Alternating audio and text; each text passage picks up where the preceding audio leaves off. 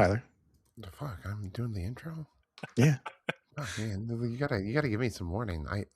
I had one all typed I up. did. Remember? I said intro, Like, and then we started. okay, hold on. Let me scroll up in our chat because I even said one that we were gonna use as our intro. Oh, that's right. Yeah. I can So, tell you what I actually know what it is. So, gentlemen, thank you for joining us. It is a somber day in the Warhammer world. As you all have heard, the great John Blanche has passed this week. So, a man who has inspired so much of like what we understand as grimdark and the Warhammer 40K universe. And to honor his memory, we're actually going to give you $20 off your Kill Scream 5 ticket using the code RIP John Blanche KS5. So that's how we want to do it. So, and we'll talk about it more here on the Vox Cascadia podcast. yeah. So that's not real. We're not real. doing that. There was a number of creators. Quickly, it was like, how fast could they go on and post to take advantage of the death of someone who is so pivotal to our industry? Yes. One of my favorite artists of all time. It's sad to see him go. But the dude was 81. Like something like that. So not surprising. I know he's been in ill health for a while. Yeah, but the reason we real quick, the reason that we have that little bit is because I did see a couple of influencers that were like, "Hey, this thing's awesome," but also R.I.P. John Blanche on top of that. So, but it is a great loss, and we're going to talk about it. And if y'all are watching, and you may have heard just a bit, we have Shawn Ross joining us tonight. Yeah. So Shawn's back on the pod, like 3 or 4 time guest. I don't Something know, like that. At this point, welcome, Shawn. I need a Patreon tier to get paid out of here. That happens. All that content that happens at 7 visits through. Then don't put that number. Don't put that number out there. Well, I mean, like I'm not saying what the profit sharing is. But is it like SNL? Do I get a jacket eventually, like the maybe. 5 Timers Club? Maybe, yeah. So maybe a sticker. That is really disappointing to see people trying to profiteer off of John Blanche's passing. I can understand how it's hard to talk about that in a way that doesn't like ruin whatever content you're trying to do where you bring it up. Yeah. Mm-hmm. So I get, but segues are a skill apparently. Yeah, my thing was the one that kind of triggered me was there was somebody who was basically like talking about the meta of a game and was like, yeah, the meta is healthy. But RIP John Blanche. Like, we got good news that the meta is healthy, and bad news that John Blanche died. Like infamous game designer John Blanche. Oh wait, yeah. So but our game's real healthy right now. So that's good. Good that's news. Good news. Yeah. See, I would suck with it because I'm like, I know of John Blanche. I respect his work. I'm not a huge fan of Grimdark personally. Yeah, for sure. But I also love every concept piece that I've ever seen of his. Yeah.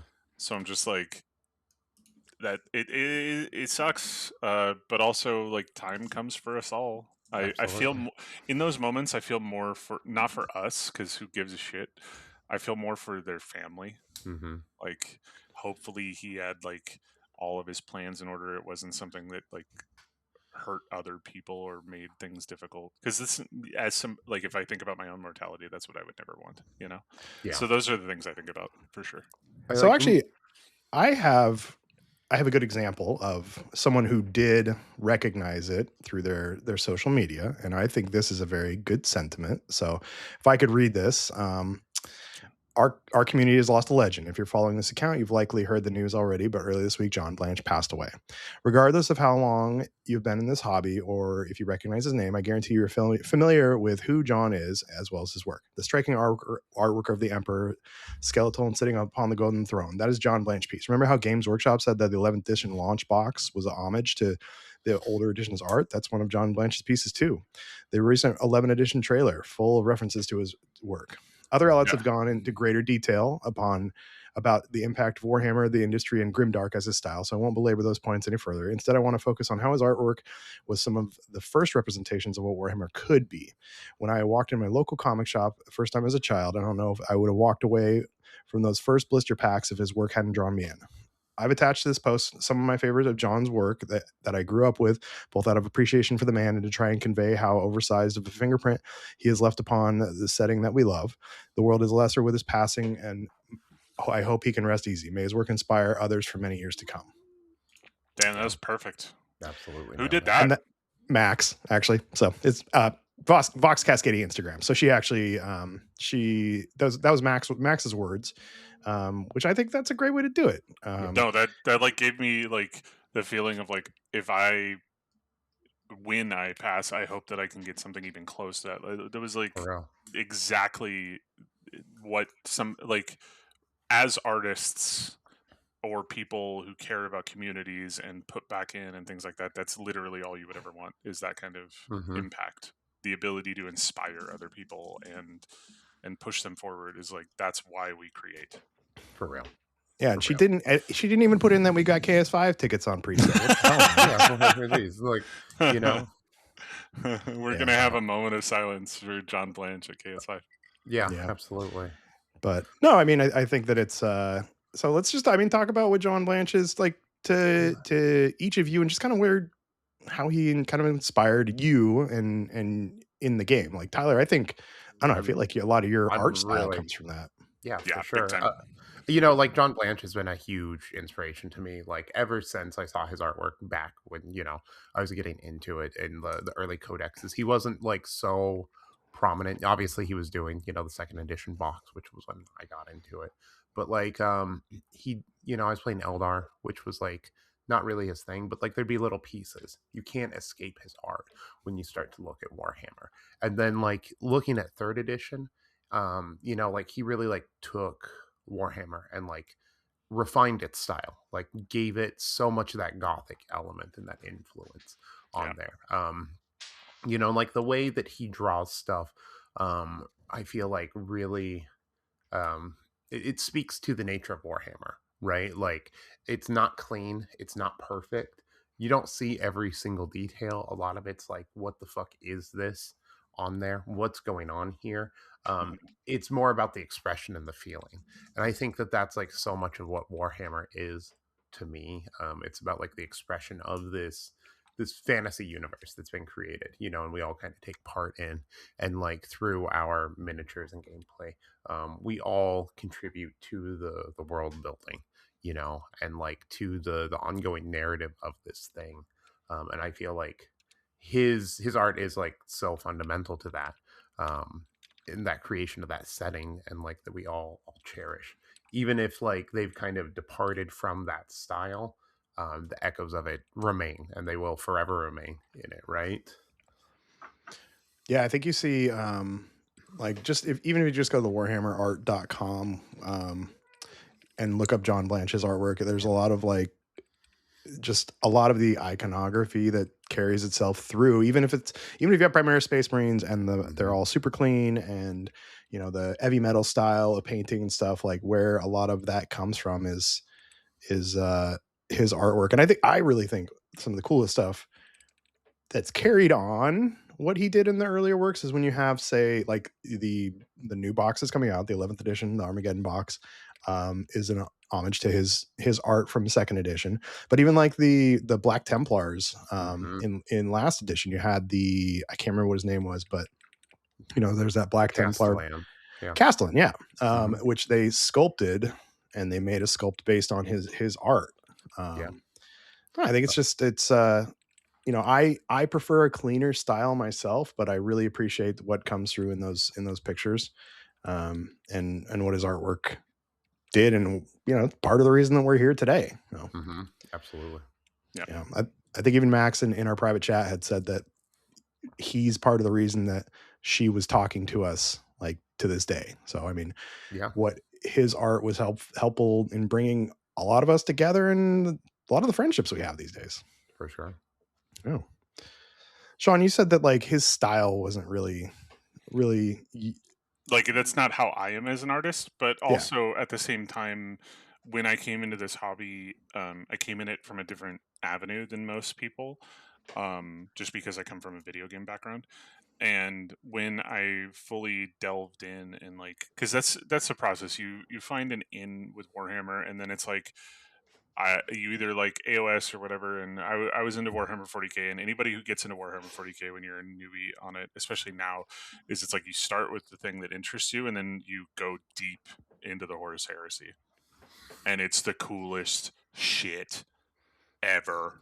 And so much of it, and that was so interesting for me because so much of his work was inspiring, and I didn't even know it was his until afterwards.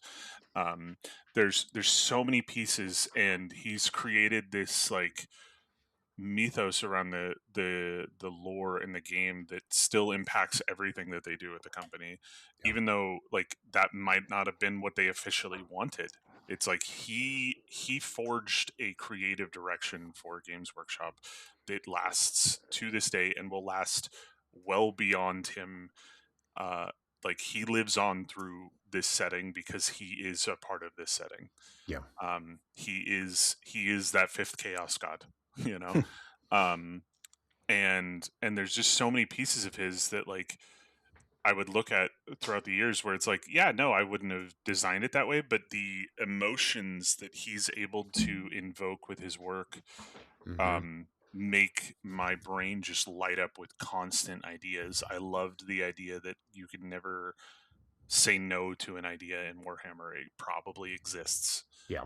Like there's a certain rules, of course, you know, don't get pedantic, but it's like throughout the vastness that is this universe, you could really just find anything, and his artwork invoked that feeling through and through, and that's what I'll remember always. Like, yeah, there's just so much of it. It's just like you look at it and you're like, it does it technically it's not even that impressive on like an artistic scale because it's concept art and it's paintings and it's sketches and it's but yet the emotions that it invokes, you know what the feeling of that setting is, you know, like you can feel the vibes, you can smell the air with some of just his sketches where it's like this is a horrible setting where people are scraping by to survive, and that will inspire you to do more in that setting. Like you know what the temperature of the room is. Yeah, I think when you said that, like he built this mythos with his art, you really hit the nail on the head. Like his art gives like there's so much that it's impacted, like right, and how many artists can you say they drew something and then it inspired novels? You know, like repeated novels, like the entire inquisitorial faction is largely based off of his artwork, right? Like the Custodes got their first portrayal like really through him, other than like the one in Rogue Trader. They got him like how we think of them, you know, how we look at Holy Terra. Like, yep, the AdMech completely. Their style is all John Blanche, right? Like when it comes down to it, the Sisters of Battle, like so much of it. You know, obviously there's other artists who did concept work and like early art, but like the way that he did them was so fundamental. It's just crazy I think to have that much impact. The way I've looked at it as somebody who's done like production art and things like that is there are very few times in a large IP where one artist you can point out immediately and that's allowed and makes an impact. I think that does 100%. As far as other like franchises that do that, Final Fantasy, especially like up through Final Fantasy 7 with Yoshitaka Amano, absolutely like his style defined the games. And like when the graphics were so limited on especially some of the earlier releases, like the style of his drawings, the art that went in the booklets and everything was so defining for how you felt about the world.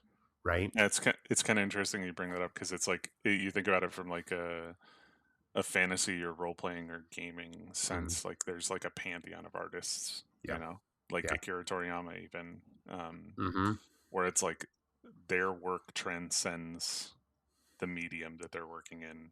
Yep. And yet it doesn't detract from it in any way. And 100%. I think that's exactly who he is for sure. Yeah. I think it's hard for any modern product to have that same kind of feel, right?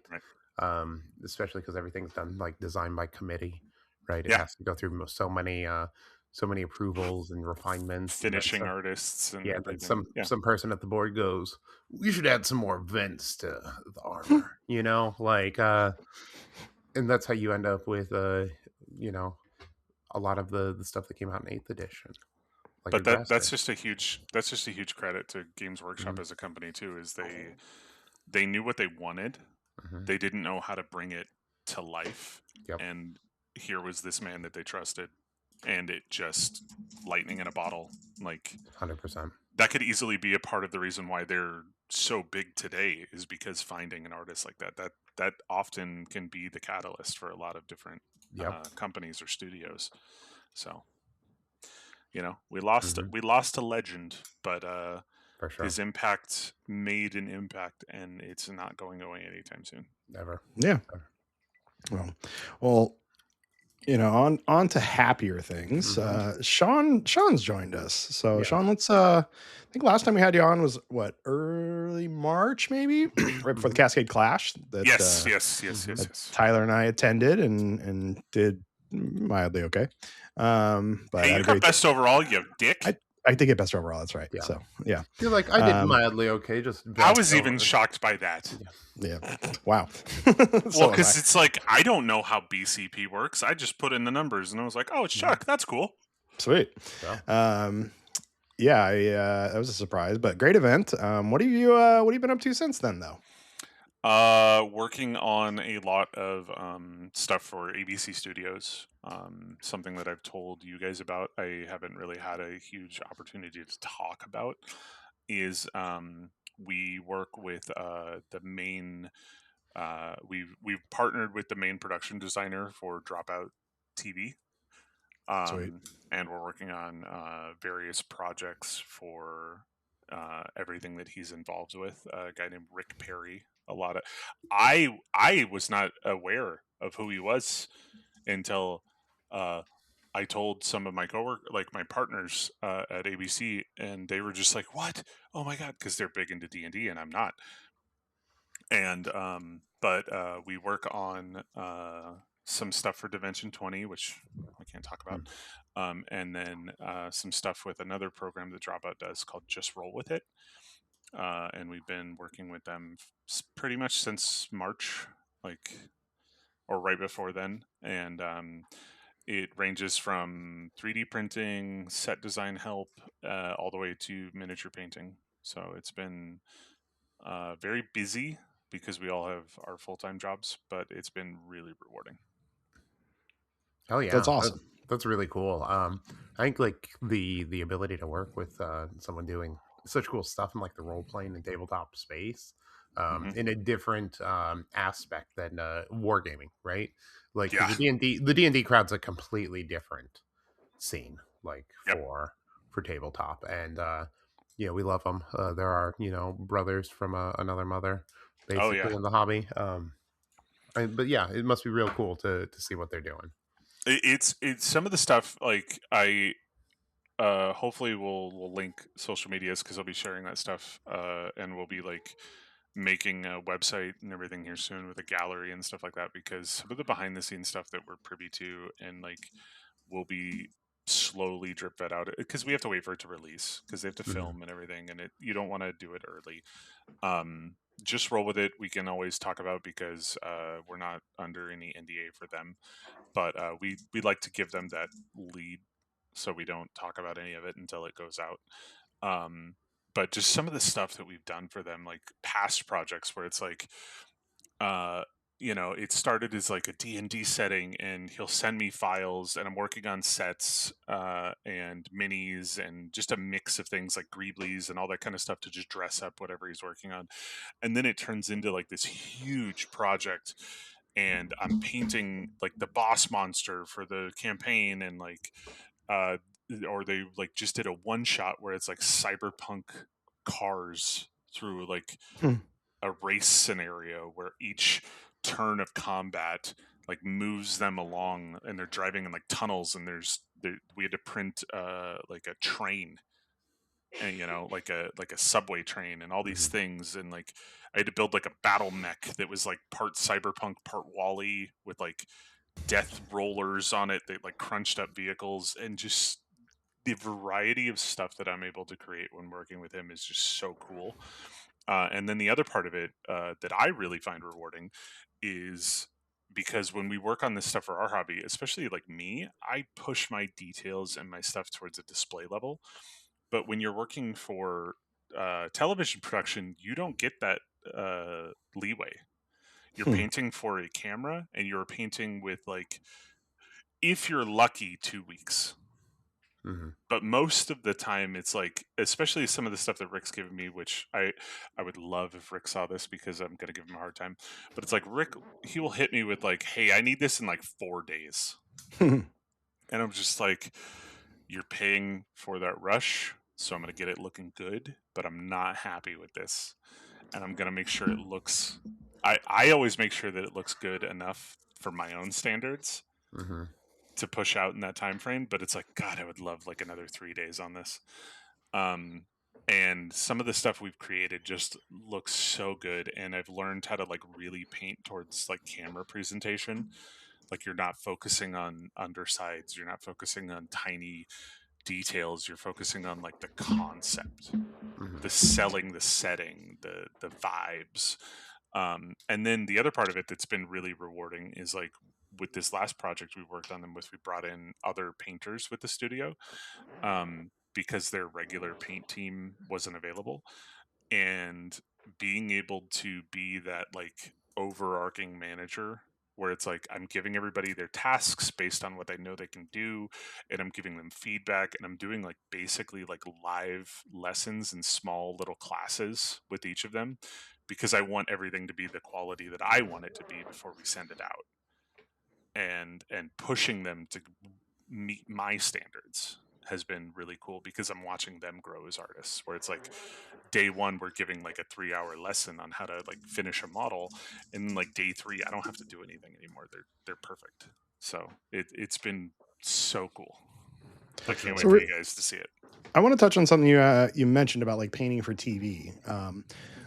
So excuse me, do you find that it's like a lot of times we paint to like a tabletop standard and something that looks good from like 3 feet away? Are you painting for that like 3 feet away? Or are you painting for like a close-up camera shot? Or like what, I mean, what, how do you define that?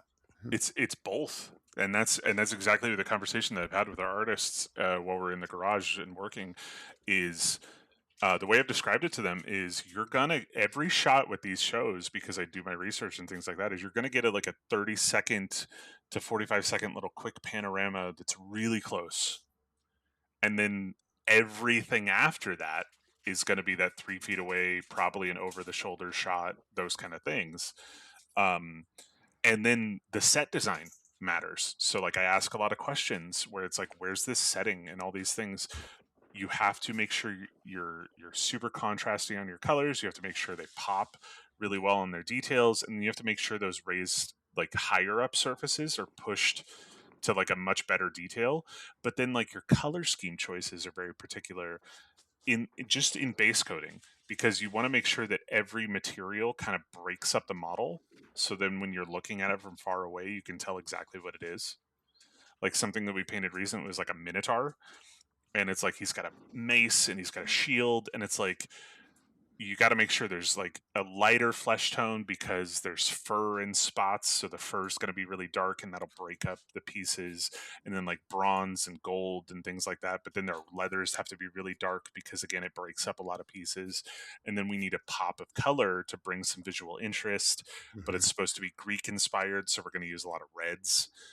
Because of just the time and setting and things like that. And you're thinking about all of those things as you're doing it, to where it's like, what's going to look, the mix of really good for that 30 to 45 seconds. And that's why you frame it in that 30 to 45 seconds, is your rendering doesn't have to be insanely good, but it has to pop because they're going to look close. So you can't mess up on your details, but you don't need to sit there and like edge highlight and blend and glaze and do all these things.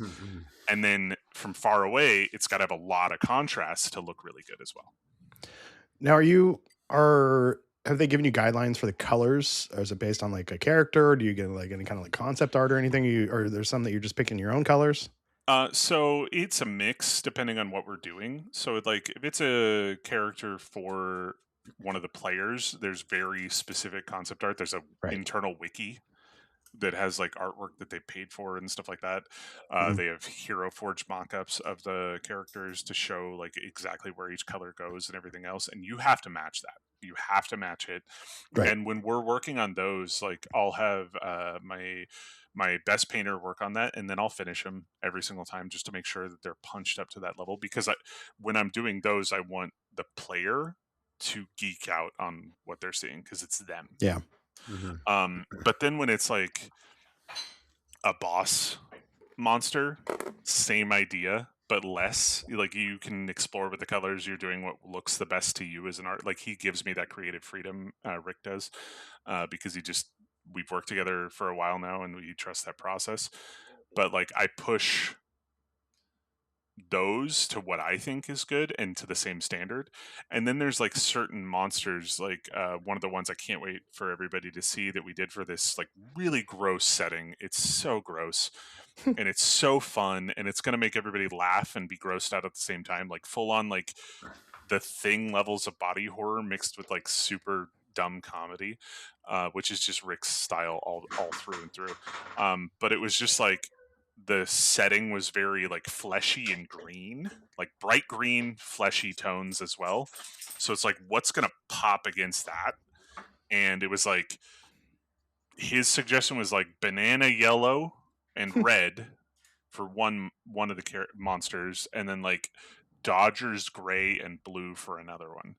And we had to figure out a way to make that work where it's like, and you do your best, and there's some of the stuff that's super challenging, and it's really pushed me as an artist for sure, because it's like, this is not stuff that I would do. Yeah. But it has to get done. There's not enough time to find somebody else to do it. And when you're working on these kind of things, it's like, us as a studio, it's like we got to meet the bar or else we don't get called next time. So for sure. Yeah. That sounds really cool. It sounds like it's giving you a lot of like different challenges to expand your skills and talents. Not only as like a painter and a hobbyist and 3D printer, but like as a manager and teacher and stuff like that. So I would really say I've grown more over the last 6 months as an artist and like a teacher than I have in the last like 3 years. So it's been really cool. That's really neat. I'd love to see awesome. it. Have you had a chance to see your stuff on the small screen, big screen yet? On like in an event? So I'm the worst. I've been told by my partners and some of the people we hire that yes, it's been out there, but I have not sought it out just because for me, I've done commission art or comic books or things like that since I was like 13 years old. I've been getting paid to do this kind of stuff. I don't care for recognition. I do it for the client. If the client geeks out and they're happy, I'm happy. And I don't need to go like pat myself on the back by looking for it after that. Valid. And not saying that's a bad thing. It's just, I don't do that. Very valid. I do whenever I have anything kind of like that. If somebody has my stuff and if I'm in a picture of something or my models are in something, I go fucking find it. So like for the stuff that we're doing for CritCon that I'm painting for you guys, like I'm not gonna go search up who wins and see if they like play with the models or something like that. Once I'm done, I'm like, I wash my hands of this. Yeah, because I get the enjoyment of creating. That's the biggest thing for me, and why I'm kind of terrible about social media, and why I'm hiring somebody to help me with that. Is I don't care for that recognition. I do things because I like to do them. Like I've explained this to my business partners. Like, we're working with Rick because I think it's cool, and I would love to see him create cool stuff. I don't care about what we're making. Like, we're making enough to pay the people that work for me, and that's great, and our materials and things like that. But it's like, I'm doing it because I want to do it, and anything after that, I really doesn't interest me as much. And maybe, like, again, no judgment on anybody that does, because that's not what I'm thinking about when I'm doing that. It's just, it doesn't spark anything in me to chase that down. Doesn't spark joy. Shawn, exactly. Why are you so dead inside? I'm not dead inside. I am perfectly motivated for the things that I want to do. No, I'm just kidding. No, it's probably a good thing to have. Here is what I go. look at that. I joke around with people that I know, because we've all had moments in life where like there's somebody that, you know, you try to get along with everybody, that there's somebody that just doesn't get along with you. Yeah. And I've made this joke many times. I think I've told Chuck this before when we've texted each other, is I'm like, I know I'm awesome. So if somebody doesn't like me, that's a them problem. And that's not arrogant. That's just like, I know that I'm a good person and I'm awesome and I like what I do and I like my art. And it's like, if somebody doesn't like my shit, that's on you. That's not me thing. I'm not changing anything that I'm doing. Yep. You don't have to be liked by everyone. You just got to get along within reason if you're in the same community, right? Yes, exactly. Yeah. I try not to call like, I'm never trying to antagonize people, but it's like, if somebody is dead set to not like me or the stuff that I do, that's probably a thing they need to explore, not something I need to change. For sure. I mean, like, you know, have you made it if you don't have any haters? Like, exactly. You know, if no one's talking shit, like, you know, have you done anything worth talking shit about? So, yeah. You know, so that's always, you got to keep the silver lining. But okay, we're digging into me on hobby stuff. What are you guys working on? I saw some stuff that Tyler or Chuck was working on, but I want to see. I want to see. Fucking Death March, dude. I'm still in the Death March. Oh, for the Day Shoot Who Shall Not Be Named on the podcast. Yeah. Yep. So clipping and gluing.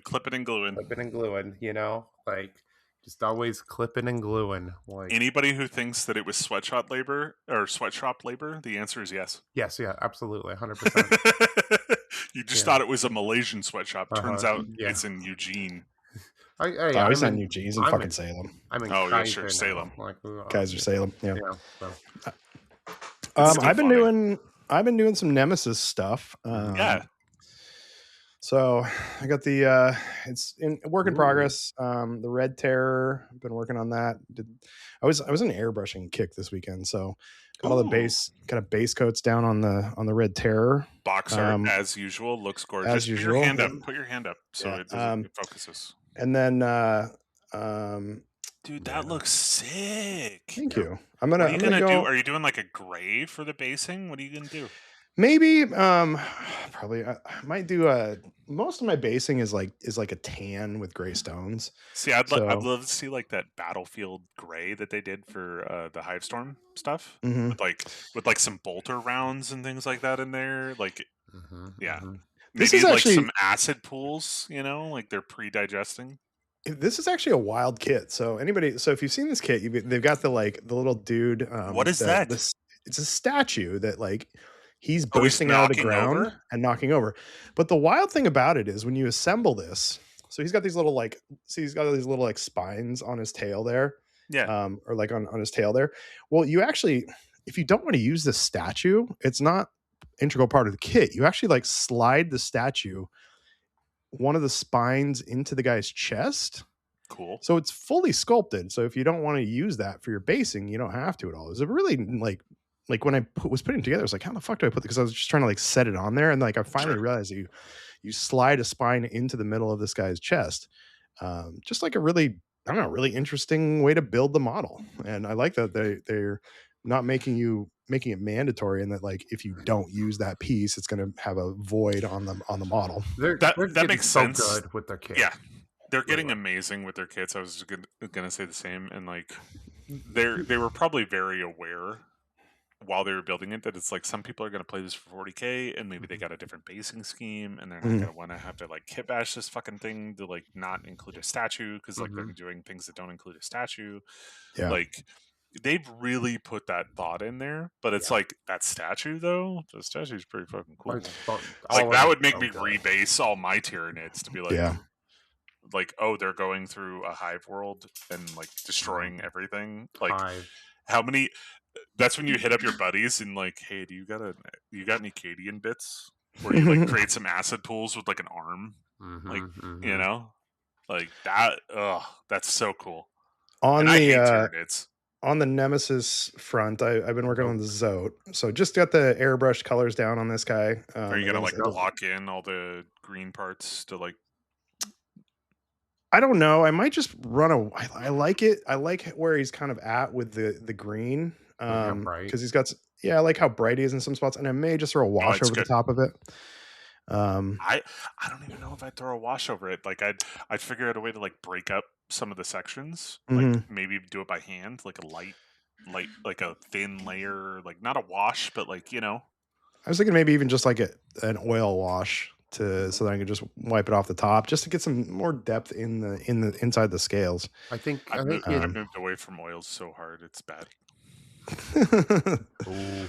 All right, I know that's sacrilege. It's sacrilege here. Yeah, it's sacrilege here. I know I didn't tell you guys that before you invited me. I'm sorry.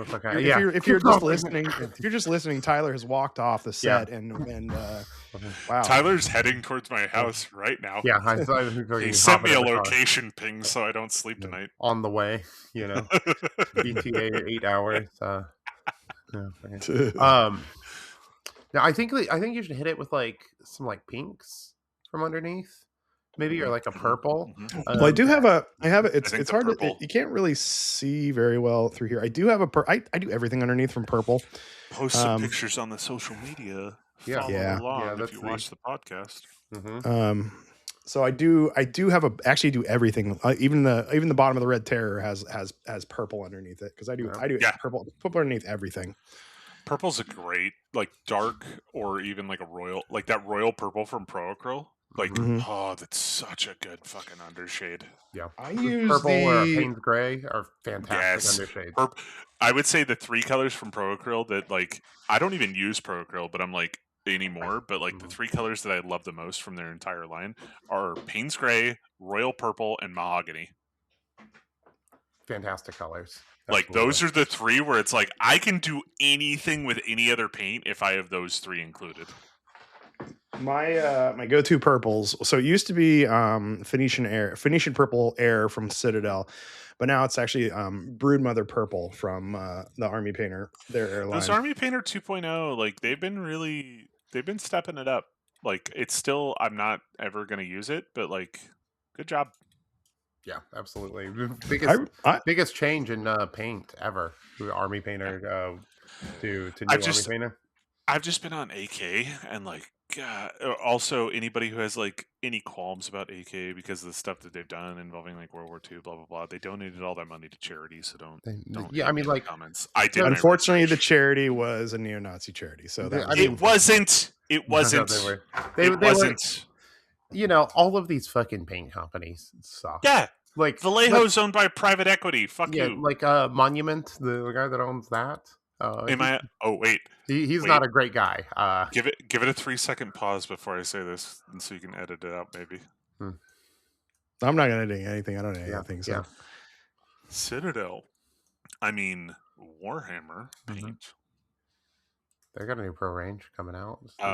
Pay attention in the next 3 to 6 months. That's all I'm saying. Just got to drop our bottles, bitches. Come on. Pay attention in the next 3 to 6 months. That's all I'm saying. All right. Yeah. I've seen some of it. I'm like, okay. Well, we don't talk about rumors on this podcast. I don't know about. I didn't say anything. I think they confirmed it themselves, like with some social media. Well, no, they did the rebranding on the labels to move away from Citadel, but like. I think there's some changes on the horizon. I agree. But for me, the one that I've been like diehard is AK.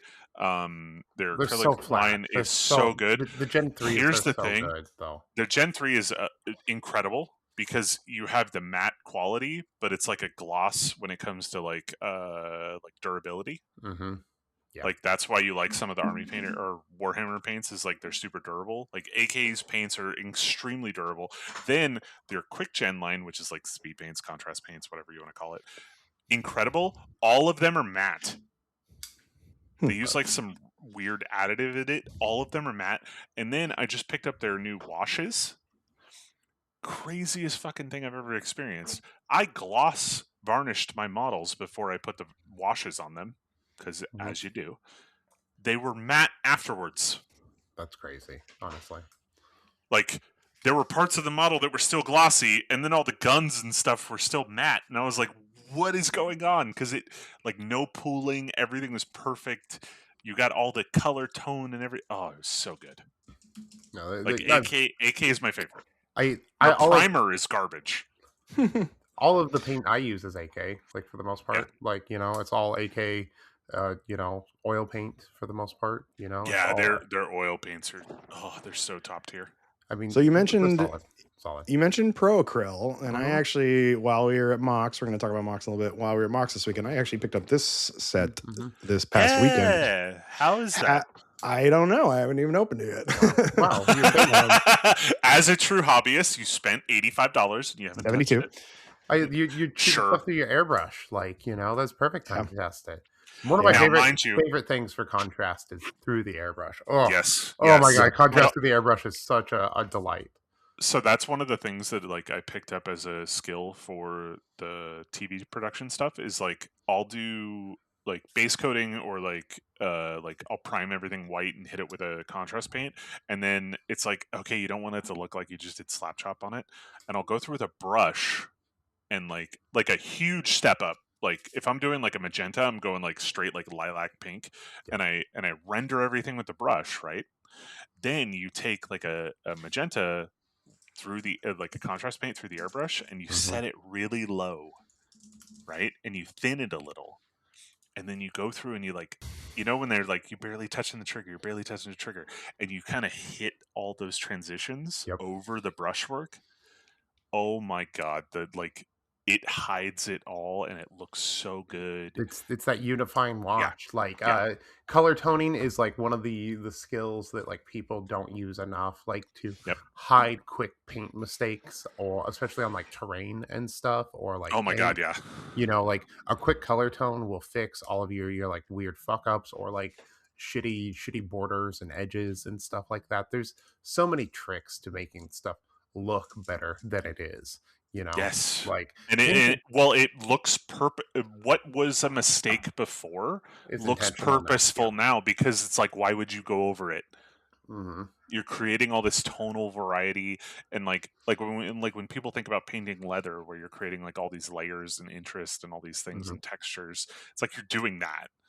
But the trick to it is just like base coat it, hit it with a wash, hit it with some brushwork, hit it with a contrast paint on the airbrush. Oh, look, it looks incredible. 100%. Tyler, you mentioned contrast paints through the airbrush. I took it at Adepticon. Nick and I actually both took a class from Kalen Wisenbeck. And that was one of the things that he imparted on me, was you start with a shadow from underneath. You do a mid-tone over the top. You use a white ink to pick out some spots, and then you go over it with a contrast, and it makes everything just like pop. So that was it's something I use as much as I possibly can, especially on kind of anything like power armor or any kind of armor. To do that, like my Blood Angel scheme is purple underneath, red over the top, hit it with the white zenithal in just like really hot spots, and then go over the top of it with ball red contrast, and it looks really good. Now, have you thought about when you do that? Now, again, it's harder with Space Brains, but like you did need like chipping or like little scratches, like dings and things like that. You do that with a brush, right? Then you either take the red or the purple, and you do like a little as you go around it to blend it in. I have not actually. I've never I haven't really done a ton of chipping. My Black Templars have a bit of chipping into it, but they were mostly like a prime black with like a light gray over the top, and then I did some edge highlighting, and then I went back in and did a little scratches on them, and actually did a little shade to them with a black to make it look like there was a kind of some depth to it. So, but I like that. That's something I need to try. Because the idea of these undershadings and things like that, and like overshadings, and like, sorry, this is art focus this episode, guys, is those in like, oh, look, another tutorial where you need an airbrush. But you can do this with a brush as well. But the idea of those is you're selling a lighting scheme. So your lighting scheme should incorporate every aspect of the model. If you're doing edge highlighting or things like that, blah blah blah, you should go back over it in some way, or think about it in some way with your shading scheme. Agreed. And sometimes that's just as simple as like reestablishing your shadows with the airbrush. Right. And as long as again, the trick to this, everyone, please don't come at me if you fuck this up, because I feel for you. I have done this. Over thin it, turn your PSI down, be really gentle. You're not trying to get this all in one pass. It's going to take like 4 or 5 passes. It's going to be boring. But if you do it that way, then you know exactly when you're done. Because if you try to do it the other way where you rush it, it's going to look terrible. Or you're going to be like, oh, I overdid it here. But if you go really gentle with it, like a glaze through the airbrush, then you can be like, okay, this spot, I'm done. But maybe I'll hit it a little bit more like underneath like the pauldrons and things like that. Yep. You can always add more. You can never add less. That's what I was just going to say. No, there's a better way to put it. Yeah. So, but yeah, I'm excited to try out those one-step paints. I watched a bunch of videos from Monument. I just got to figure out what I want to use them on. I've got like 15 projects, and I'm in the like start a bunch of projects and don't finish anything phase, because I was working on my Nemesis Claw because I'm playing them in the league. Suck. Yeah, I mean, they don't suck. They don't suck. No, they're fine. It's just elites are dead right now. Like, if you're not playing AOD, you shouldn't like. AOD can win events. Every other elite can podium if they're lucky. But we have moved on past the elite meta. So let's talk. This is a Kill Team podcast, and we'll get our 10% of Kill Team in. So talk through the meta hobby pretty steadily tonight. Like, you know, hey, hobby's part of the podcast, or hobby. Part of the hobby. What Kill Team, whatever. You gotta complete your painted models and play in a tournament. Yeah, I'll minus you 2 points. I swear to God. Yeah. Anyways, but where do you think the meta is at though right now? You think that what are your just real quick top couple teams in the meta? So this is going to last until July, probably early August, because I think that's the timing on the next status slate. We are in, sadly, boys, a goat shape meta. Yeah, I mean they kind of I'll keep coming back, right? Team you can't put down. I think GW's solution to Felgor is waiting until December. When they just go away. Yeah. That's last year everybody's like, oh no, we're not going to do classified for our events. They're going to do it this year. Like, no more goats. Yeah. Goats are a problem. Goats. Here's the thing. Almost everything from Gallowdark right now is hot. Goats are hot. RBDs Hyrotech is hot. RBDs are less hot, but they're still very hot. Yeah. Kazarkin, red hot. Like Hearthkin, just as hot as Kazarkin. Yeah. They have a higher win rate. They have like top 5 win rate right now for the month of May. Like, they only have like 60 events. Hand of the Archon, great. Like, I can't. Farstalkers are the worst, and they're still doing above 50%. Like, everything from the Gallowdark season that does not include the Ashes of Faith box, because they're apparently part of season 3. Everything from the Gallowdark season of last edition is doing incredibly well, which is really funny because all of season 3 they sucked, and the beginning of this edition they all sucked. So it's just like, apparently you just needed to move elites out of the way. Sanctifiers are doing well if you can pilot them. Yeah, we just had Josh on a couple episodes who won Dallas. I loved watching him like pop in, and we'd give him advice for all that with Brandon Bean's Discord. Like, it was so fun because you could tell he was a player who hadn't done that before, and he was so nervous. And it's just like, dude, you got this. Just focus. But like, outside of old teams, Canoptic are really, really, really, really, really good still. They're probably better than Hyrotech depending on the map or matchup.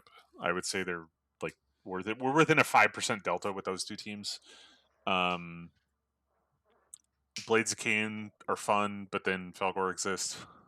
Like, AOD is the best elite team. Plague Marines are doing pretty good though.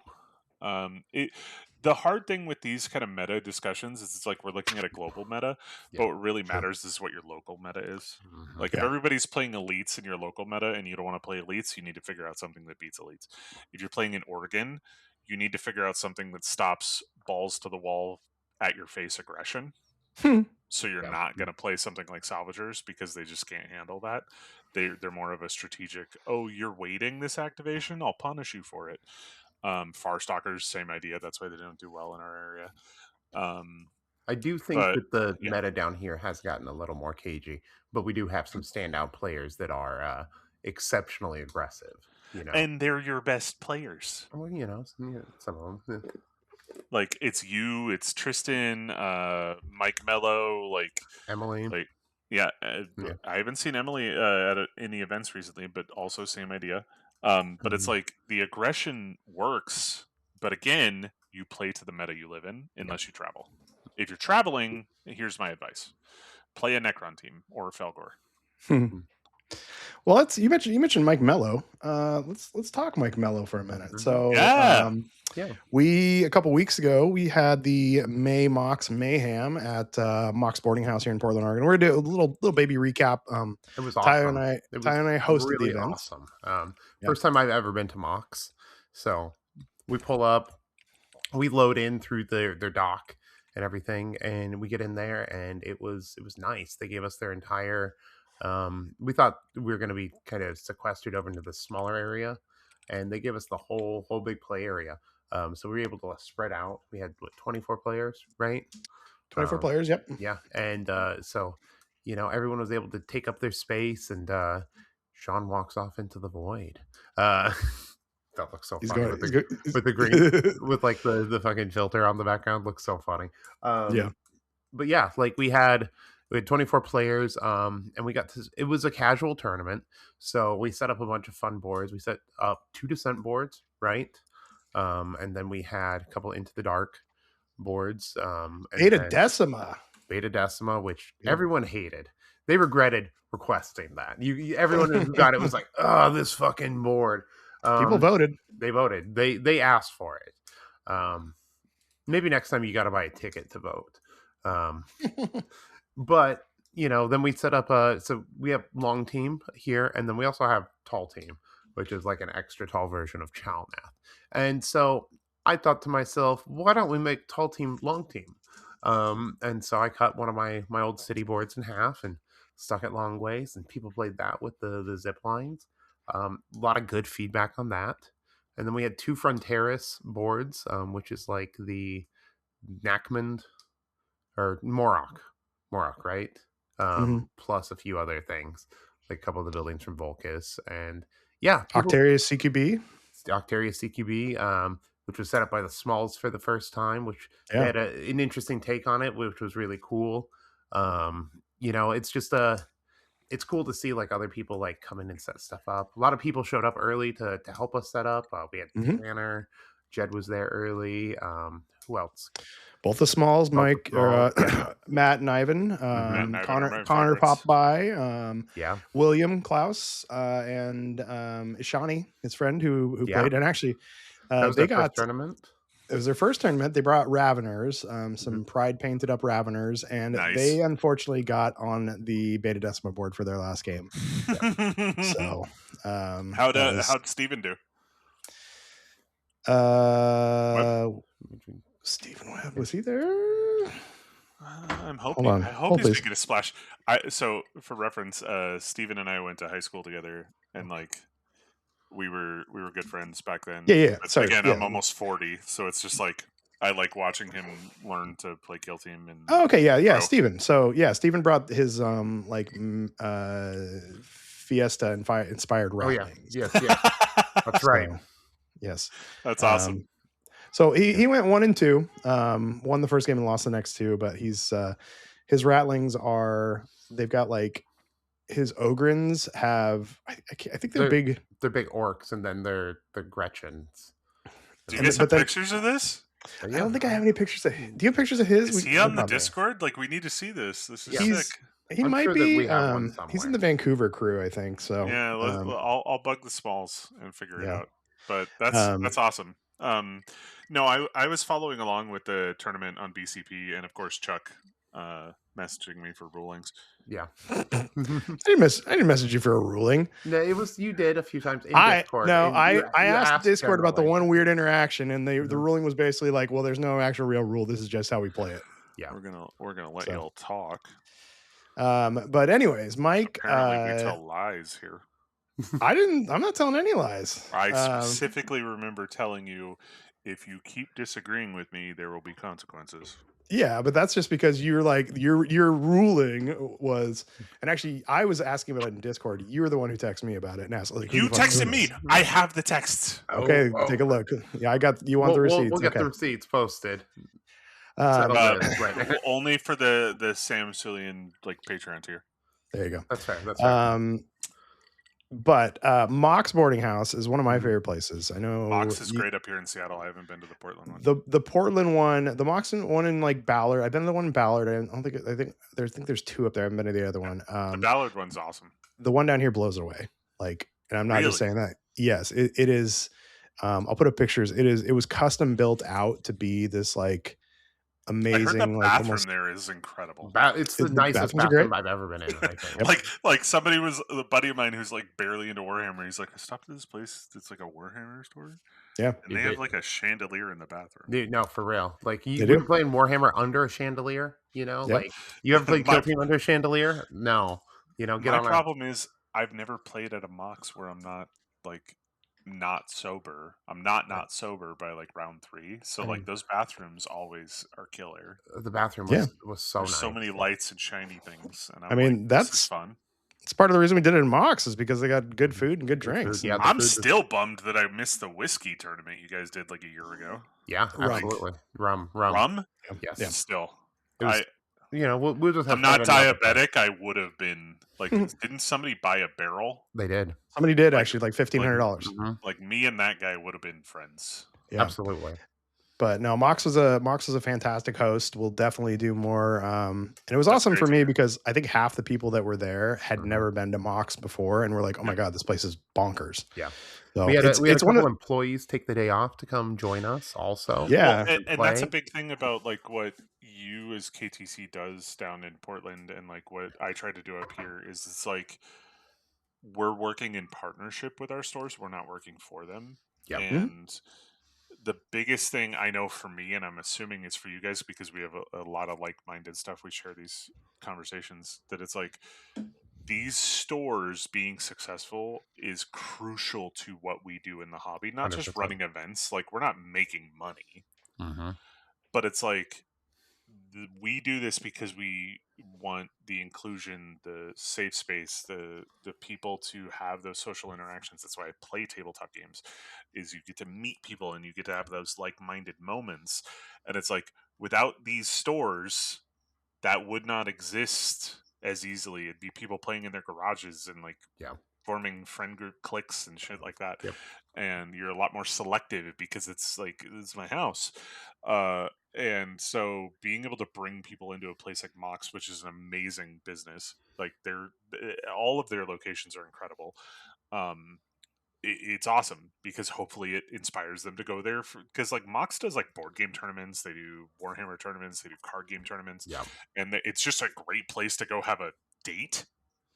Because then you could be like, your partner isn't really into Warhammer, and it's like, cool, here's awesome drinks and food, and we could play a cool little board game where we get all canoodly with each other, and then when you go to the bathroom, I'm gonna go pick up the new Armageddon box. Yeah. Absolutely. Like everybody wins. You know, go rip some packs with your girlfriend to pick up if Mox had a book club, but for like people who like, especially like women who like romance novels and stuff like that, or like Dungeon Crawler Carl, I'm pretty sure they'd hit every single metric for anybody who like cross pollinates in those spaces. Honestly, that's a great idea, hosting a book club out there. I just threw it out there, but yeah. So Mox, do a late night book club with little cocktails. So Tyler, you mentioned there's a couple Mox employees at the tournament. So Vid and John were the two Mox employees that actually came to the tournament. They took the day off work to play in the tournament. That's awesome, by the way. Little backstory on them. They played Kill Team and they'd been trying to get a scene going at Mox, and hadn't been able to get it going. So they were super excited when we said that we were going to have a tournament there. Vid was kind of helping with a little bit of the planning, and it's funny. Connor played Vid in their first game, and I came over and was just walking around, and after the game, I was talking to Vid a little bit, and Vid's like, you know, when I started here about like 4 years ago, I was actually putting names for reservations on boxes of Octarius, and I saw this name. His name was Chuck Pepper. No way. And I was like, but you have a memorable name. Yeah, I do. And so Vid had like my name stuck in their head ever since then. They listen to the podcast, I guess, too. And so I got to meet him in person, which was super cool. So Vid, thanks for listening, and also thanks for remembering my name. So shout out to Vid. Yeah, it was a pretty neat interaction. Also, if you ever want to learn some Kill Team, you want to kick Chuck's ass, hit me up on Discord. They brought Angels of Death, and I can't remember what their record was, but I think they had a really good time. And so John actually went 2-1 with Death Watch. With Death Watch? With Death Watch, yeah. Damn. And John's then you had fear. I mean, for real, like it was a pretty tight group of people playing too. Because I'm of the opinion that Death Watch needs a 6 operative at this point. So it's like going 2-1 with Death Watch. I'm like, yeah. Well, and their one loss was to Eugene Wong, who went 2-0-1 with Angels of Death too. It's Eugene. Eugene's fantastic player. Yeah. Also, like if you were like Mike, Eugene, what is it, Dylan? Like, good luck. CB was there. CB. Like, you have some heavy hitters down there. For sure. Ben Schaefer on Felgor went 2-1. Ben. Now I will say this because it's the podcast and I've had an old fashioned. Ain't none of them beat me. That's fair. So CB, you want to talk about Tacoma last year? Where in real time CB learned that injury aura from Plague Marines and point blank guard shots stack. Oof. So a full healthy, fresh out of the factory Despotech hits on 5s. Gnarly. Ouch. That's so gnarly. Oh yeah, I felt a little bad. No, it's okay. It's CB. But then I remembered that he would do the same to you. CB used to write doctorate level theses for how he wanted to break the rules. Mm-hmm. Yeah, I remember. So I was just like, we love you, CB. I love CB. Yeah. CB, you're one of my favorite players. I love you. You're one of the best. Absolutely. Like, here's the thing. He's breaking the game with a clear conscience. Yes. Like it is not malicious. It's not malicious. He's just trying to, from his understanding of how stuff works and how he reads, which he's reading it in a very analytical way that some players do, and it's good to hash that stuff out so you don't get to a tournament and someone hits you with that nonsense. Again, if you knew the English language, like if you hit me with that at a tournament, CB, I would lose my fucking mind. So I'm so glad you posted in the Discord for us to discuss in length beforehand. Yeah, like our TO at Tacoma might hate you. Absolutely, right? I'm pretty sure they still think about you, but you made an impact. 100%.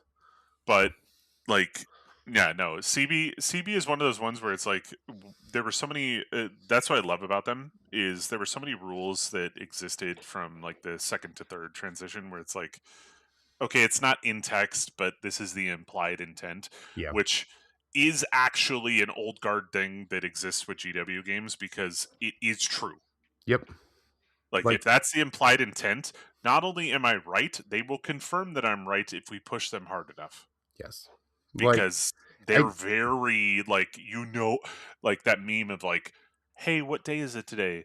Oh, it's Tuesday. You know what the fuck I meant. Mm-hmm. Like, that's GW when it comes to rules. So when you come in as a new player who hasn't played other editions or other GW games, you're like, this is a little ambiguous. I'm like, I get it. I hear you, but you're going to be wrong. You're going to be wrong. I just don't have a way to tell you that you're wrong. And then for me as a TO, working with him, like we did, Brandon Bean does a invitational tournament every year. Yeah. Where you have to go I mean, you guys know you have to go undefeated if one of these events. Mm-hmm. Last year we did an Airbnb where like half or more of the people who were at the invitational stayed at the Airbnb together. And we were up until maybe 1 a.m, like yelling at each other about rules. It was so fun. We had there was no bad vibes, but we were loud. Nobody was drunk. Everybody was high, I'm pretty sure. But just yelling at each other about rules interactions. And I did not have a way to convince CB. And I was just like, you know what? I'm going to look into this for you. I'm going to dig into this further. And it made me a better TO. But it also just comes down to the fact that, like, the other thing that it's unlocked in me as a TO, and like for you, Chuck, when you're TOing, is there comes a point where you just go, okay, I don't have a way to prove this, but this is what it is. And they go, well, I disagree. And I'm like, well, I'm the TO. At the events that you run, you can do it your way. Yep, 100%. And then you just stare them in the eye until they stop talking. I mean, luckily because what are you going to do at that point? Right. You know, like, and the thing is, like, at some point you just got to accept when the TO speaks, it's law, you know. Mm-hmm. It doesn't matter if they're right or wrong up until that moment, you know, like the TO can retroactively fix something within reason, you know, afterwards. But like once it's, you know, the game's got to carry on. People got to keep rolling dice. You gotta finish your game ideally. All 4 turning points, or Yep. you know, someone gets tabled. And if you don't, if you can't finish your games, then we have a problem. After my rule is I'm going to do my very due diligence to say that I'm right. I always have a backup. Like at Clash, I had Chad to bounce ideas off of. I'm gonna look at the rules in real time. If I'm not even like 98% sure, I'm gonna look. Yeah. But I'm doing. Yeah, at the end of the day, I'm gonna do what's fair for both players in my mind. And you get one challenge, and it's written into my player packets. Like, if another TO says a ruling and you don't like it, you can bring it up to me, but I'm going to get the information, I'm going to ask that TO, and then once I say that, there is no more discussion on this, or I'm going to penalize you. That's valid. So.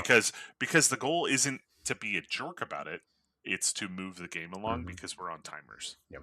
Luckily, we didn't have any instances of that. So yeah, as long as you're not looking through yourself, right, Chuck? Absolutely. For in the interest of moving things along, because we are on a timer. Sure. Yeah. Are we on a timer? No. It's just segueing to get us out of this topic. So,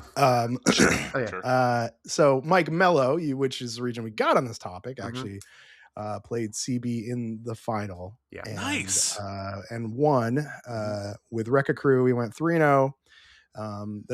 So we had Mike at 3-0 in first place, and then second, third, fourth, and fifth were all 2-0-1. Makes sense. What were they playing though? Second, third, fourth, and fifth all tied their final round. So Don't Ben, you hate when that happens? Ben was on Felgor, Eugene was on Angels of Death, Ivan Small on Murderwing, and then Chris Sharp on Goremongers. Wait, Murderwing went 2-0-1? It's Ivan. It's Ivan. But I was like, ew. Yeah. Like, you tied against Murderwing? I can't remember. I think it was Chris Sharp and look at the pairings. Chris tied in the last. Oh, yeah. I love you, Chris. I'm gonna message you. How did you tie against Murderwing? Yeah, it was Ivan Goremongers versus Murderwing. So, and then I actually got to play the last round also because we had someone drop. You did against Alex. Alex, he was playing stealth suits. I was playing Chuck's Nemesis Claw, and we were on long tall team. Wait, you tied? Well, no. I played him, so I hopped in as a kind of pickup. I actually won my round against stealth suits, which was pretty hard on long team with it. You know, because like he could have. It is and it isn't. I mean, so the big thing is like if he would have just started backing up right after he made a couple plays, you know, a couple scouts, and then just ran away from me, probably would have went better. But I was able to zip line up into his guys. He made a position error where he couldn't back off. And from there I was able to kind of get into his dudes, and I ended I up mean, winning by 1 point, but it was tough. I mean, close, but like that's so Stealth Suits is a matchup that I've always like. The way I approach Kill Team is a very cerebral. Like I think about teams because I have this weird memory where I can memorize teams really well, and like I'll think about matchups when I'm just by myself and just thinking. Yeah. And like Stealth Suits is one of those teams where it's like you want to hang back as a team, and that's your strategy.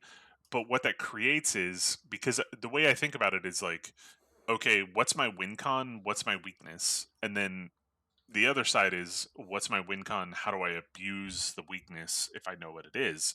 And it's like when you're playing against Stealth Suits, the trick to beating them is pushing the center, but not crossing the center line. Yeah.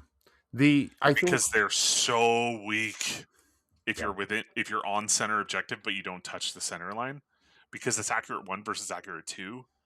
And like you do that, and then you bait them to come at you to pressure the crit op, and then hopefully you're playing a team that has a like passive tac op, and if they pressure you because you're playing a passive tac op and they have to push forward because they don't have a passive tac op, then you punish them for it. Yeah. If you're not able to create that tempo, it's really easy for Stealth Suits to win. Yeah, I mean, like I think that the biggest thing, my disadvantage, was the fact that it was long team, right? And I had to traverse a lot more of the board. It's like a 40-inch board, right? Yeah, or something. Exactly. So it's like, what? Yeah, it's very long. It's very long. So that's what she said. Yeah, long and skinny. Yeah. No, short and thick, dwarf status. Yeah. So yeah, Mox is fantastic. Can't wait to get back there again. They're great to work with. They gave us probably $800 in prize support too. Yeah. So we were able to get it out to the top 5, top 6, and then top 6 and top 6, top 6 and last place, which was that's like half the tournament. Yeah, which was Cameron. Yeah. Quarter. Yeah. So one of our all-time, one of my all-time friends. Love you, Cameron. We gotta get you better at doing Kill Team. Hey. Every player is important because they showed up. I mean, Cameron. That's why they got the prize. Absolutely. Also, what was he playing? He's playing Rekka. So maybe his dice just suck and you buy him new dice. Yeah, I mean, maybe. Cam has historically bad luck. So we have a guy up here. He's one of my closest friends, great guy named Vince. No joke, he plays AOS, he plays 40k, he plays Warcry, he plays Age of Sigmar, he plays Underworlds, he plays 40 or Kill Team. Literally can't roll above a 3. That's Cameron. That's Cameron. So Cam has historically bad luck with his dice, no matter what dice he's using. And it's not necessarily that his dice are always bad, or it's that his opponent's dice are better. Yep. Yep. That's all it takes. When his dice aren't bad, his opponent's dice are better. So like it's a real problem for him. So great guy, absolute angel. Hey, he's showing up. So, he's having a good time. Yeah, he's always down to help out. Always down to clown. He will always be there to support the scene. So Cam's a real one. So as organizers, that's what matters is. If people don't show up, if only the people who thought they could win show up, you'd have a 4-player event every single time. For real. Like, I was just explaining this to a player who's gotten very good very quickly recently and has had some upsetting losses, and it's messed with their mental game. And I was like, remember when you were growing and all you thought about was that your losses taught you more than your wins? And now you're in a place where you're never losing, except when you fucked up. You got to get back to that place where those losses are still teaching you, because they are. You're just beating yourself up about it now because you think you need to win all the time. You ain't losing, you ain't learning. So unless you're Brandon Bean. So no. Does he lose? I just told that same player that I've in an event. In practice games, it's different. In an event, I have never lost to Brandon Bean.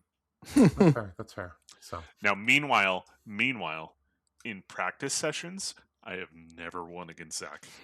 Okay. That's why the three of us are like the perfect tripod for a 3v3 tournament, which we're going to one at the end of the month. But I have dictated that we each have 3 skill sets that are completely different. Like if you're looking at one of those like heat maps where it's like the choose like choose one, it's like hot, crazy, yeah, exactly. You know, like what was it like? So Zach is the best player out of the 3 of us, but he gimps himself because he plays ecclesiarchy teams all the time. I mean, like, you know, you got to play your love first and foremost. So yeah, you really don't. You do. You really don't. Listen, if you're trying to win, you don't. When you listen, everyone knows when you get into 40K, you pick a faction, and that is your primary faction that you fall in love with forever, and you're forever soul bonded to that faction. I like how you said 40K and not kill team. Well, I mean, like 40K it's the setting, you know. Like I think of it you could own every kill team. Absolutely. You could kit bash. You could kit bash Zach. You know, can make some Sisters of Battle look like Felgor. True. Absolutely, it'd work perfectly fine. Use some of those mechs and make fucking Hyrotech Circle. Like you could do it. And then Brandon Bean is the expert on drilling down a team and being amazing at it. But he has to have that time to drill it down. Yeah. If he just picks up a team, like when he just picked up randomly Salvagers, he lost bad. But then if he has those like 10 games that he does like for his Patreon, he wins often. But he needs like 10 plus games on a team to like really be good at it. And then my skill is I have this dumb memory and I can play anything at any time always. Like I don't know what it is. I memorize teams like it's my job. It is your job partially. So it's not. It's not. I have a better job than that. But you play it like it's a job. So like, but yes, we're going to a team tournament at the end of the month. You going to guys like to know what we're playing? Yeah, absolutely. Well, let's Shawn, your job tonight, though. we brought you on the podcast. So we put out a call.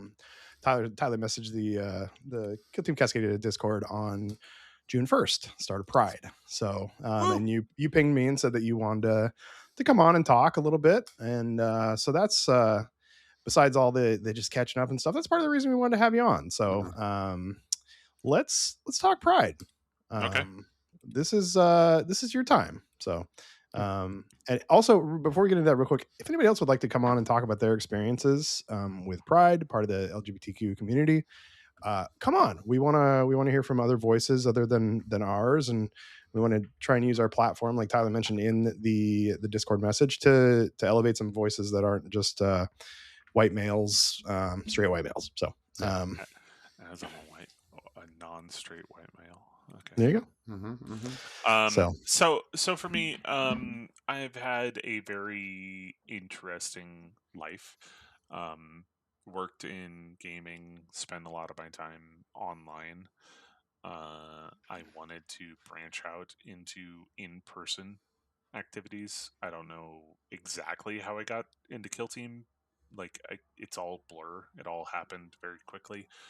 But for me as a community organizer and as somebody who pushes the hobby, and I've worked very hard at this. I have partnerships with game stores in my town in Bellingham, Washington.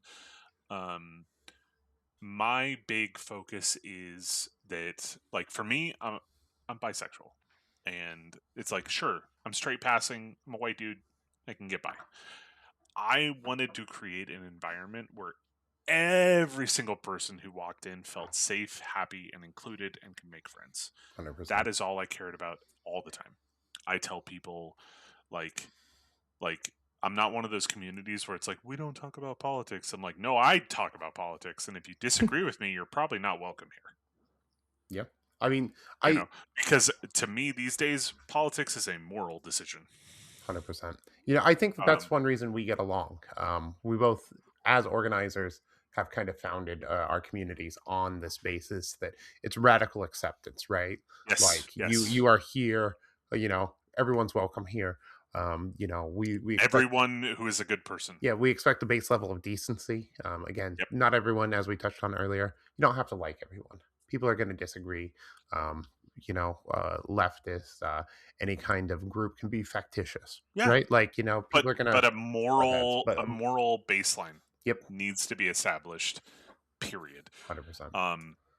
If you're one of those people that's like, I don't want to use those pronouns because that's language, blah blah blah, and English, I'm like, fuck you, you're not welcome here. Yep. If somebody says these are my pronouns, I don't give a shit what you think. Respect them because I want them to feel included. 100%. I want every single person who sits down at one of my tables, goes to one of my events, goes to one of my training things, like painting, whatever. I want them to be able to be their self completely, not hold anything back. And if you are not allowing that to happen, or you are stifling that to happen, my power is that I get to be a very outgoing person, and I'm aggressive, and I'm aggressively positive. And if you can't do that for the people that I care about, or even people I don't know, anybody who wants to feel included and chose my gatherings as the thing that they want to do, if you make that difficult for them, I will make you feel not welcome, or I will tell you straight up to leave. And I have been given the power by the game stores and the places that I work with that I can just tell you to fuck off. And I will do it. Oh, because it is so important for me, I can get by as a bi person. There are others who do not feel safe anywhere. And that breaks my fucking heart. And I am such a bulldog for people like that. My business partner is trans and runs like a huge Discord for people who are trans and like trying to connect with each other and learn about each other and things like that.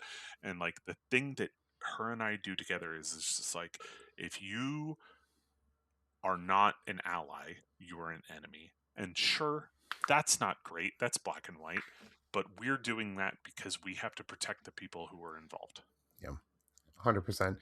I think that it's really easy for some people to go, oh, we don't, this is a hobby. We're in this to escape real life. But like right now, there's too much going on that directly affects the people in our lives, people in our community, for us to stay silent.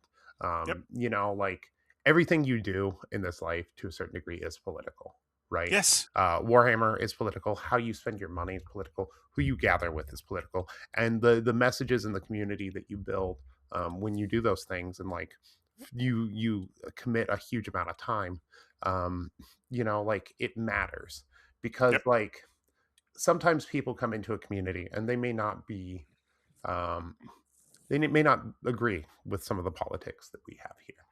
We're aggressively leftist, we're aggressively accepting, aggressively inclusive, right? But they're on board, and sometimes they see that this community is like the exposure to people who are different than them, people who have more progressive politics, people who want to see like change and see like things actually like matter. That kind of pushes them in the direction. It's that community, and realizing that like we can all come together and like build something better, and we can have the community that we want to have, right? We don't have to accept half-assed communities that don't protect queer people. And that's just it. Is I've been very vocal about this. It's like, if you have an opposing viewpoint, and the best advice I can give to you is to shut the fuck up, because we will not accept it. Yep. And it's not like, oh, tax policy or things like that. It's human lives and what humanity is defined as. Yep. Like, that's where we are now. And if you can't shut up about that, if you care so much that you need to push back on that, you are not welcome here. Yep. Because it's not because I hate you or hate your views. Yes, I do hate you. But it's because your existence with those views makes other people feel like their existence does not matter and they should not be alive. And I will not accept that. It actively endangers. Let's be exactly. It actively endangers people's lives. with some of the rhetoric that gets passed around, and we don't have to accept that, and we're not going to accept that in our groups. Live and let live. Yep, absolutely. We can disagree on if pineapple belongs on pizza. It does. It does. It 100% does. It doesn't. It doesn't. If you can't understand why savory and sweet go good together, that's just my thing. Is I have I've had stomach cancer, and it gives me heartburn. It gives me heartburn. That's the tomato sauce, most likely. No, it's the pineapple. Surprisingly, fair enough. I can't do it, but I'm not going to hate you for it. But if you tell me how I dress, or what my pronouns are, or how I engage with anything like those things, like fuck you. Yeah. And that's the other thing is that's how you and I are, Tyler. Yeah. Is I don't expect somebody else to have that wherewithal to have that battle every day, because it's exhausting and it's hard and it makes you feel like shit. And I know what it was like to not have anybody in my corner in life. So that's my job. Yeah, I care about my community. So if somebody doesn't feel safe, or they feel like somebody's targeting them, guess what? Bulldog mode. I will chase that person down, and I won't even make them feel like you were involved.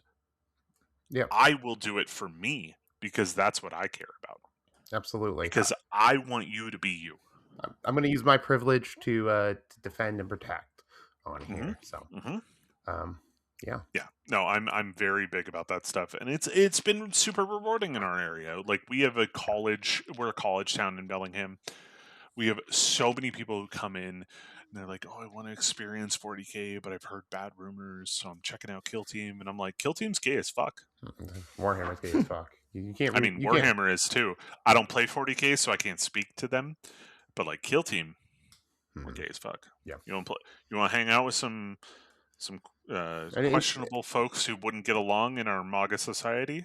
Play some Kill Team. Yeah, I mean, it's not just here in the Pacific Northwest. It seems a trend across a lot of the groups in the United States, in the world. So the world. Yeah. So like this game is for that crowd. So Yes, absolutely. But and even though we're three white guys who all have beards, we're all in our 30s and 40s, like. Barely. We're telling you, yep. You are welcome here. Absolutely. We love you. We want you to be yourself. Like, we Kill Team and we will give you an environment where you can make that's why I am a part of KTC. Yeah. Here's the thing. All of our groups that you run, that I run, all founded with trans members, right? All founded with queer members. So like foundationally, these are all queer groups, right? These are all groups that are going to work to defend you, to work to protect you. Because and it wasn't a conscious choice either. It was we love these people, and we want their input just as much as we want everybody else's. Absolutely. Like we want, these are the people that were there to start it, right? Like it's not we didn't go out and seek diverse input. Nope. They were there because these are the people who were involved at the beginning. So what I tell people is they feel safe. Yep. And they want everybody else to feel safe. Yep. And they were here before you were, most likely. So yeah. And they'll tell you when you're stepping over the line. Absolutely. Because we're nothing if we're not honest.